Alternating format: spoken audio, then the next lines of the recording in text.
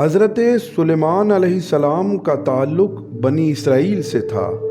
آپ علیہ السلام خدا کے پیغمبر حضرت داؤد علیہ السلام کے بیٹے تھے۔ اپنے والد کے انتقال کے بعد حضرت سلیمان علیہ السلام مسند حکومت پر بیٹھے۔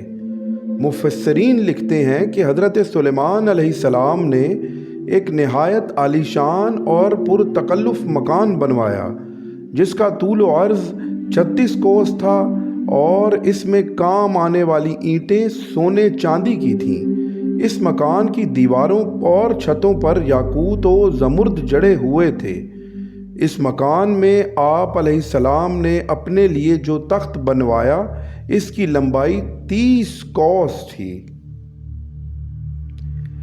یہ تخت سارے کا سارا ہاتھی دانت سے بنایا گیا تھا جو لال و فیروزہ زمرد اور مروارید سے مرصع تھا، اور اس کے گردا گرد سونے کی اینٹیں لگی ہوئی تھیں۔ صرف یہی نہیں بلکہ اس کے چاروں کونوں پر ایسے درخت تھے جن کی ڈالیاں سونے کی تھیں۔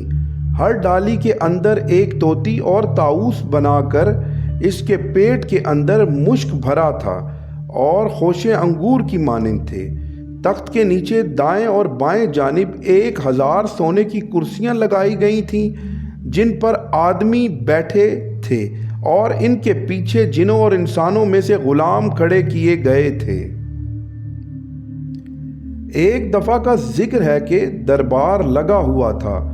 تخت پر حضرت سلیمان علیہ السلام جلوہ افروز تھے۔ ان کے دربار کے سامنے ان کی رعایا دست بستہ کھڑی تھی۔ حضرت سلیمان علیہ السلام نے ایک طرف سے دوسری طرف تک سب پر ایک گہری نظر ڈالی۔ ہر طرف سکوت طاری تھا۔ جن و پریاں، چرند و پرند، کسی میں یہ جرأت نہ تھی کہ وہ ہیبت سلیمانی کے سامنے چوں بھی کریں۔ اچانک حضرت سلیمان علیہ السلام بولے، میں اپنے سامنے ہدہد کو نہیں دیکھ رہا۔ کیا پرندوں کی کثرت کے باعث مجھے دکھائی نہیں دے رہا، یا ہدہد دربار سے غیر حاضر ہے؟ یک لخت کئی نظریں ہدہد کو ادھر ادھر ڈھونڈنے لگیں، مگر کسی کو ہدہد نظر نہ آیا۔ تھوڑی دیر بعد حضرت سلیمان علیہ السلام دوبارہ بولے، لگتا ہے کہ ہدہد دربار سے غیر حاضر ہے۔ میں اسے اس کوتاہی کی سخت ترین سزا دوں گا۔ اگر ہدہد نے اپنی غیر حاضری کی کوئی معقول وجہ نہ دی تو میں اس کو ذبح کر ڈالوں گا۔ ان کے لہجے میں سختی تھی۔ ہر طرف خاموشی پھیل گئی۔ تمام کو تشویش ہوئی کہ کہیں واقعی ہدہد کوتاہی کا مرتکب تو نہیں ہوا۔ ہدہد دربار سلیمانی کا خاص خدمتگار تھا۔ اس کے سپرد یہ کام تھا کہ وہ حضرت سلیمان علیہ السلام کے وضو کے لیے جنگل میں جہاں کہیں پانی ہوتا تلاش کر کے لاتا تھا۔ ادھر ہدہد نے سوچا کہ کیوں نہ آج میں اونچا اڑ کر دنیا کو دیکھوں۔ اس اونچی اڑان کے دوران اس نے ملکہ سبا بلقیس کے باغ کو دیکھا۔ فوراً باغ میں پہنچا جہاں اس نے ایک ہم شکل کو پایا۔ ہم شکل نے ہدہد سلیمانی سے دریافت کیا، تم کہاں سے آئے ہو؟ ہدہد سلیمانی نے جواب دیا، ملک شام سے، حضرت سلیمان علیہ السلام کے پاس سے آیا ہوں۔ دوسرے ہدہد نے پوچھا، حضرت سلیمان علیہ السلام کون ہیں؟ ہدہد سلیمانی نے جواب دیا، وہ اللہ کے پیغمبر اور انس و جن و شیاطین کے بادشاہ ہیں۔ تمام وحوش و طیور ان کے مطیع فرمان ہیں، لیکن تم نے نہیں بتایا کہ تم کہاں کے رہنے والے ہو۔ ہم شکل ہدہد نے جواب دیا، میں اسی شہر کا باسی ہوں اور بلقیس یہاں کی ملکہ ہے۔ اگرچہ تمہارے بادشاہ کا بہت بڑا ملک ہے، لیکن ہماری شہزادی بھی ملک یمن کی ملکہ ہے۔ اگر تم میرے ساتھ چلو تو تمہیں اپنے ملک کی سیر کرواؤں۔ ہدہد سلیمانی نے کہا، نہیں، مجھے ڈر ہے کہ کہیں نماز کا وقت گزر نہ جائے، کیونکہ وضو کے وقت حضرت سلیمان علیہ السلام مجھے یاد کریں گے۔ اگر اس وقت میں ان کے پاس موجود نہ ہوا تو مجھ پر ناراض ہوں گے۔ ہم شکل ہدہد نے کہا اگر تم میرے ملک کا کوئی تحفہ ان کی خدمت میں لے جاؤ گے تو یقیناً وہ ناراض نہیں ہوں گے۔ ہدہد سلیمانی کو یہ وجہ معقول لگی، چنانچہ وہ اس کے ساتھ چلنے پر رضامند ہو گیا۔ اس نے ملک سبا کی خوب سیر کی اور جب نماز عصر کا وقت ہوا تو حضرت سلیمان علیہ السلام کی خدمت میں حاضر ہو گیا۔ حضرت سلیمان اسے دیکھ کر ناراض ہوئے۔ اسے کہا ہدہد تو کہاں غائب ہو گیا تھا؟ ہدہد نے حضرت سلیمان علیہ السلام سے التجا کی، بے شک حضرت میں قصوروار ہوں مگر اپنے قصور کی معافی چاہتا ہوں۔ حضرت سلیمان علیہ السلام نے اس کی خطا معاف کرتے ہوئے دیر کا سبب دریافت کیا۔ ہدہد نے عرض کی حضرت میں ایک ایسی بات معلوم کر کے آیا ہوں جو حضور کے علم میں نہیں آئی۔ دراصل میں ملک سبا کی ایک تحقیقی خبر لے کر آیا ہوں۔ وہاں کی حکمران ایک عورت ہے جس کا نام بلقیس ہے، جو 30 گز کے طول و عرض کے ایک تخت احمر پر بیٹھتی ہے۔ اس تخت کے پائے یاقوت و زبرجد کے ہیں۔ اگرچہ وہاں کے لوگوں کو زندگی کی ہر نعمت اور آسائش میسر ہے، لیکن ملکہ اور اس کی رعایا خدا کو چھوڑ کر سورج کی پرستش کرتی ہے، اور شیطان نے ان کے برے اعمال کو ان کی نگاہوں میں اچھائی کا لباس پہنا دیا ہے، اس لیے وہ گمراہی کی تاریکی میں ڈوبے ہوئے ہیں۔ جب ہدہد ملک سبا کا پورا حال بیان کر چکا تو حضرت سلیمان علیہ السلام نے کہا ابھی تمہاری سچائی کا امتحان لے لیتے ہیں کہ تم کس قدر سچے ہو۔ آپ علیہ السلام نے ملکہ بلقیس کے نام ایک خط تحریر کر کے ہدہد کے حوالے کیا اور اسے اس خط کو ملکہ بلقیس تک پہنچانے کا حکم دیا۔ ہدہد خط لے کر ملکہ کے محل میں آیا۔ محل میں داخل ہونے کے بعد وہ ملکہ کی خوابگاہ کے روشن دان میں جا بیٹھا۔ اس نے دیکھا کہ ملکہ اس وقت خوابگاہ میں سو رہی تھی، چنانچہ وہ روشن دان سے اندر داخل ہوا اور خط کو ملکہ کے پاس رکھ دیا۔ اس کے بعد اسی راستے سے باہر آ گیا۔ ملکہ سبا جب نیند سے بیدار ہوئی تو اپنے پاس پراسرار انداز میں ایک خط پا کر پریشان سی ہو گئی۔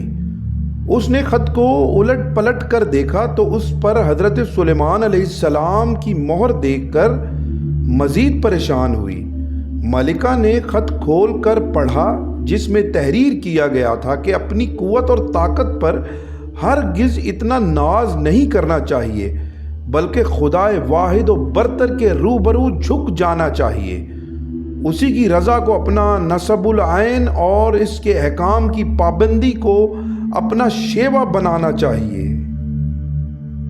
بلقیس نے فوراً درباریوں کو طلب کیا اور ان سے استفسار کیا کہ مجھے حضرت سلیمان علیہ السلام کا ایک خط آیا ہے، اس سے پہلے کہ خط کی عبارت سناؤں مجھے یہ بتاؤ کہ تم لوگ انہیں جانتے ہو؟ وہ کون ہیں اور کہاں کے رہنے والے ہیں؟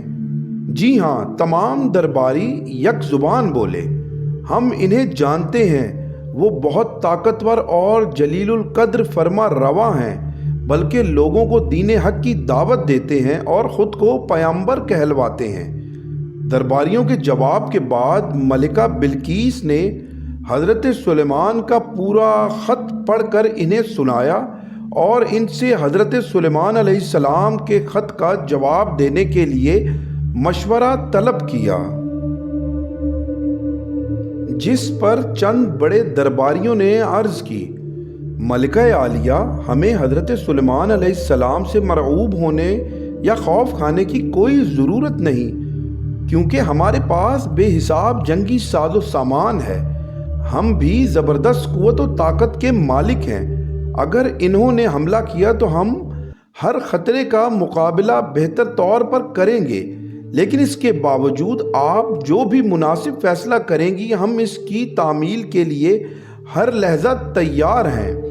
بلا شبہ ہم بہادر اور طاقتور ہیں، لیکن اس کا یہ مطلب بھی نہیں کہ کسی معاملے کو افہام و تفہیم سے حل کرنے کی بجائے فوراً جنگ کے لیے تیار ہو جائیں۔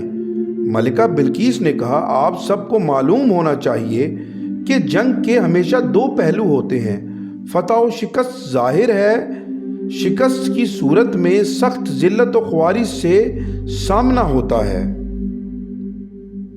میرے خیال میں بہتر یہی ہے کہ چند ایلچیوں کو بیش بہا تحائف دے کر حضرت سلیمان علیہ السلام کے دربار میں بھیجا جائے۔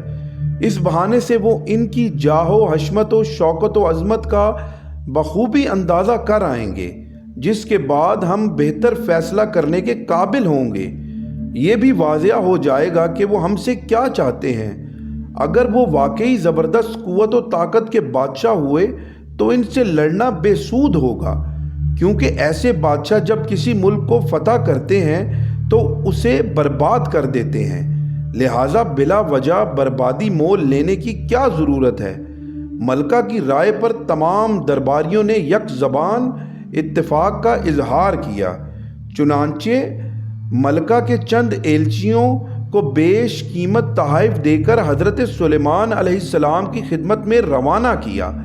حضرت سلیمان علیہ السلام کے دربار میں پہنچ کر ایلچیوں نے ملکہ سبا کی طرف سے تحائف ان کی خدمت میں پیش کیے۔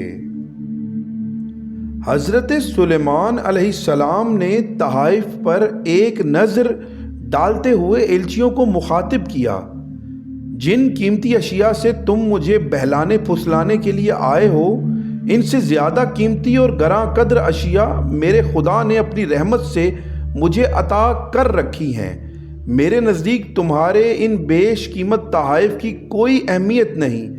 میرا نصب العین نہ مال و دولت اور نہ ملک و حکومت ہے، بلکہ میں تو کلمہ حق بلند کرنا چاہتا ہوں اور اسے ہر طرف پھیلانے کا متمنی ہوں۔ میری آرزو ہے کہ تمام لوگ خدائی احکام کے پابند ہو جائیں۔ اپنے یہ تحفے واپس لے جاؤ اور سنو، اپنی ملکہ سے کہہ دو کہ اگر میرے نصب العین میں رکاوٹ پیدا کرنے کی کوشش کی گئی تو میں ایسا عظیم الشان لشکر لے کر آؤں گا کہ اس کے محل کی اینٹ سے اینٹ بجا دی جائے گی۔ حضرت سلیمان علیہ السلام کے اس رد عمل پر ایلچی حیرت سے ایک دوسرے کا منہ دیکھنے لگے۔ انہیں اس کی توقع نہ تھی، چنانچہ وہ تحائف سمیٹ کر فوراً واپس روانہ ہو گئے۔ واپس پہنچ کر انہوں نے ملکہ کو تمام رودات سنائی اور حضرت سلیمان کی ہیبت اور شان و شوکت کا جو نقشہ اپنی آنکھوں سے دیکھا بیان کیا۔ ملکہ سبا پر یہ واضح ہو گیا تھا کہ حضرت سلیمان علیہ السلام کو نہ تو دولت کی حرص ہے، نہ ہی خواہ جنگ چاہتے ہیں، بلکہ ان کا مقصد توحید کو پھیلانا ہے۔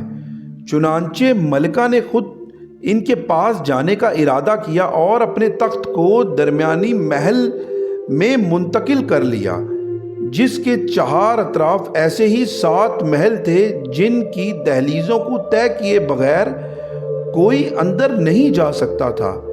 بہت سی فوج محلات کی حفاظت کے لیے مقرر کرنے کے بعد ملکہ ایک بڑا لشکر لے کر بڑے تم تراک سے دربار سلیمانی کی طرف روانہ ہوئی۔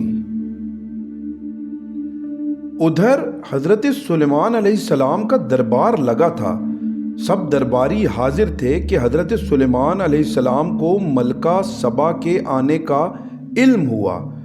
انہوں نے درباریوں کو مخاطب کیا، تم میں سے کوئی ایسا ہے جو ملکہ بلقیس کے تخت کو اس کے یہاں پہنچنے سے قبل لے آئے؟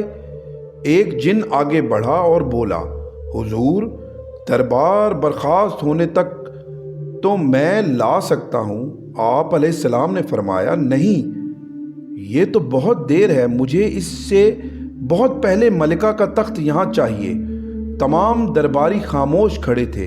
بالآخر حضرت سلیمان علیہ السلام کے وزیر اعظم برقیہ نے کہا، حضور، اگر اجازت ہو تو میں اسے چشمے زدن میں لا سکتا ہوں۔ ہاں یہ ٹھیک ہے۔ انہوں نے برقیہ کو اجازت دے دی۔ برقیہ نے پلک جھپکنے کی دیر میں ملکہ بلقیس کا تخت وہاں حاضر کر دیا۔ حضرت سلیمان علیہ السلام نے ملکہ کا پرتپاک استقبال کیا اور اس کے لیے آرام و آسائش کی مختلف اشیاء مہیا کیں۔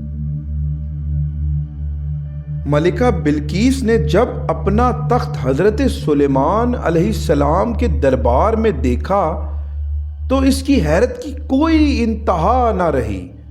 حضرت سلیمان علیہ السلام سے بہت متاثر ہوئی اور آپ علیہ السلام پر ایمان لے آئی اور اجازت لے کر ملک سبا واپس چلی گئی۔ ایک روایت کے مطابق ملکہ بلقیس اور حضرت سلیمان علیہ السلام کا نکاح ہو گیا تھا۔